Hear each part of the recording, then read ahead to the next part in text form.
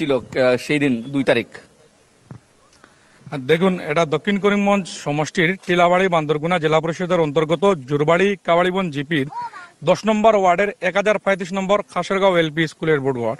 গত 2রা মে খুব স্বাভাবিকভাবে এখানে ভোটদান প্রক্রিয়া চলছিল, কিন্তু বিকেল 2টোর দিকে একটা অভাবনীয় পরিস্থিতির সৃষ্টি হয়। এখানে ব্যালট পেপার এবং অন্যান্য আসবাবপত্র যেগুলা রয়েছে অফিসিয়ালি সেগুলা টানা হেঁচড়ার চেষ্টা করে কিছু লোক, যাদের নামে কোনো প্রকাশ্যে আসেনি কারা, তার জন্য এখানে আবার রিপুলিং হচ্ছে আজকে। এবং আজকে এখানে খুব সুন্দরভাবে সুষ্ঠুভাবে সকাল থেকে এখানে লাইন ধরে, দীর্ঘ লাইন ধরে মানুষ এখানে ভোটদান করছেন এবং ভোট প্রক্রিয়া খুব স্বাভাবিক এবং সুন্দরভাবে চলছে।